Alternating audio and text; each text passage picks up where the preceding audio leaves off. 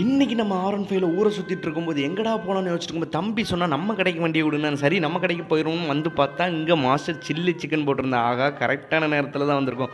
அந்த கோழி கறியில சிக்கன் மசாலா எவ்வளோ அழகா ஊறியிருக்கு பார்த்தீங்களா? அப்புறம் மாஸ்டர் ஒவ்வொரு பீஸா எடுத்து அடுப்புல போடும்போது, பக்கத்து வீட்டு அக்கா புளி வச்சு குழம்பு போடுற ஞாபகம் தான் வந்துச்சு.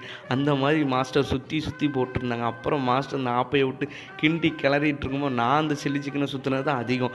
அப்பா என்னடா இந்த பக்கம்ன்னு கேட்டாரு. அம்மா தான் கூட மாட ஒத்தாசை இருப்பான்னு அனுப்பிவிட்டாங்க. சரி வாடா வாடான்னாரு. அப்புறம் மாஸ்டர் அவரோட வித்தையெல்லாம் காமிச்சு கறியை வெளியே தூக்கி போட்டார். அப்புறம் என்ன 200 கிராம் கட்டணும். ஆள் இல்லாததுக்கு இவன் யாருக்கு கேட்குறான். அப்படியே கறி பக்கத்தில் போய் நம்ம சப்ஸ்கிரைபருக்கு காமிச்சா நல்லா ரெட் கலரில் முருக இருந்துச்சுங்க.